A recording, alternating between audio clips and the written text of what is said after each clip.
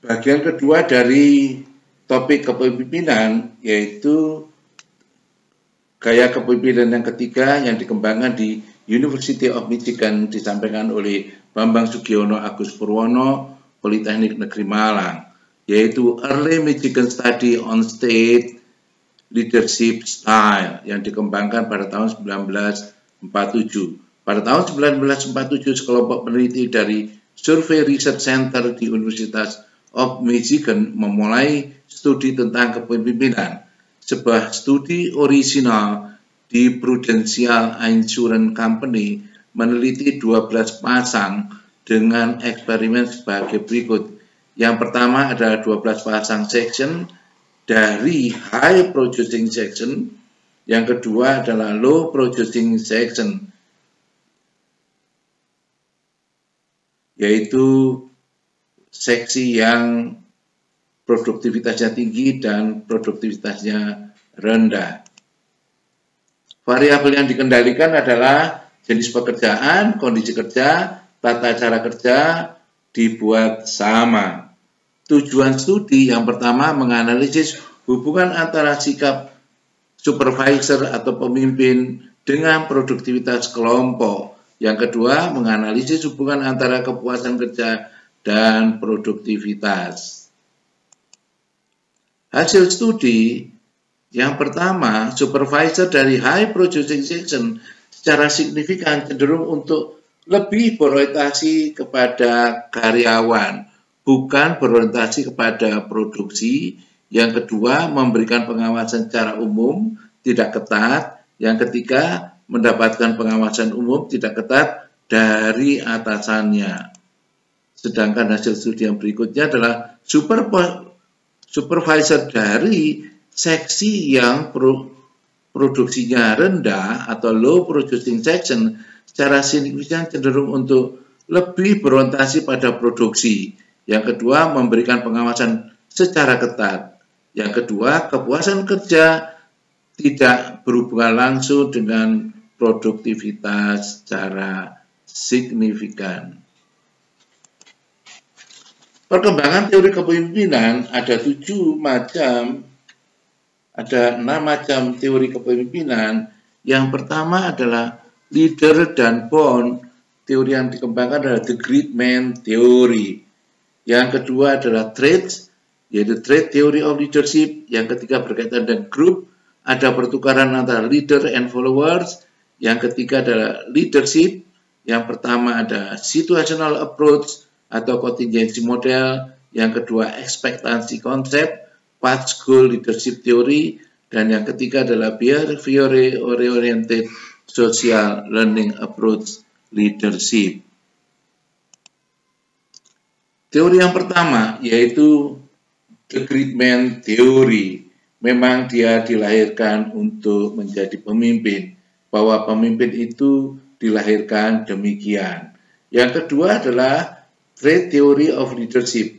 Karakteristik atau ciri-ciri atau trait atau sifat-sifat pemimpin, apa yang membuat seseorang menjadi pemimpin, diamati. Yang kedua, perhatian tercurah pada usaha pencarian atau identifikasi trait umum universal yang dimiliki oleh pemimpin.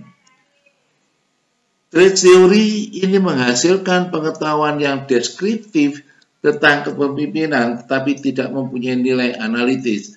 Adapun traits umum adalah secara fisik, yaitu beberapa pemimpin dunia, Goh Tok Chong, Ronald Reagan, Soeharto, Jokowi relatif mempunyai fisik yang tinggi, mental baik, dan kepribadian. Hampir semua kata sifat dapat digunakan untuk menggambarkan seorang pemimpin yang berhasil. Sedangkan yang konsisten hanya inteligensia.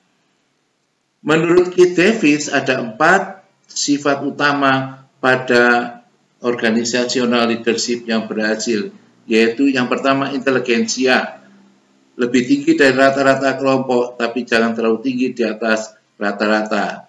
2. Kematangan sosial atau emosi stabil, percaya diri, minat, dan aktivitas yang luas. 3. Inner motivation, motivasi prestasi atau motivasi yang dibangkitkan dari diri sendiri. 4. Sikap-sikap hubungan antar manusia, employee center, empati, atau memiliki pertimbangan atau consideration.